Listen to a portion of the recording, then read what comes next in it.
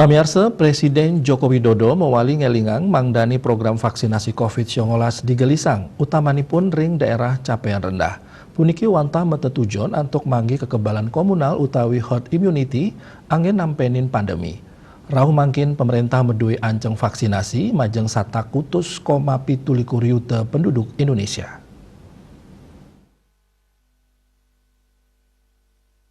Menteri Kesehatan Budi Gunadi Sadikin Mausang anutin data saking Kementerian Kesehatan Kemenkes kantos tanggal 21 Oktober warsa kali talis likur galah 6 sande wenten tiga provinsi kauningin madue capaian vaksinasi dosis ka pertama terendah inggih punika Aceh sanewau kantos 13,3%, Sumatera Barat 13,14%, miwah Papua 13,06%. Anut ring nasional, Menkes ngewadarang, yening capaian vaksinasi kantos tanggal 21 Oktober, kauningin 170 kali yuta dosis, utawi makata 50% saking ancang ipun. Jadi per hari ini kita sudah mencapai vaksinasi 172 juta dosis. Sekitar hampir 52% dari targetnya kita.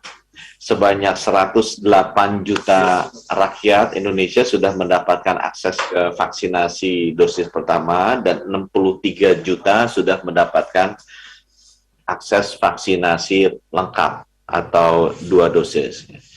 Sesuai dengan arahan Bapak Presiden juga kita sudah menembus angka 2 juta per hari itu selama 6 hari. Jadi di bulan September ini kita sudah menembus angka 2 juta tanggal 22, 23, 29, dan 30.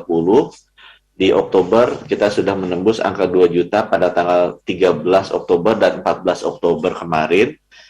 Puncaknya di angka 2,2 juta suntikan per hari.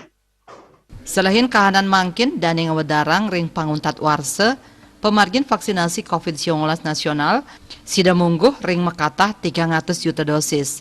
160 juta krama sampun kaicen vaksinasi saking ancang sanewenten utawi 0,5% presida molihang dosis ka pertama. Keterkayang taler antuk pemargin dosis kaping kali wiadin vaksin jangkep, presida kaicen majeng 100 kali likur yuta diri utawi 50% saking ancang 100 juta diri antuk use langkungan roras warse. Dia Dewi Bali Pos Nguningayang.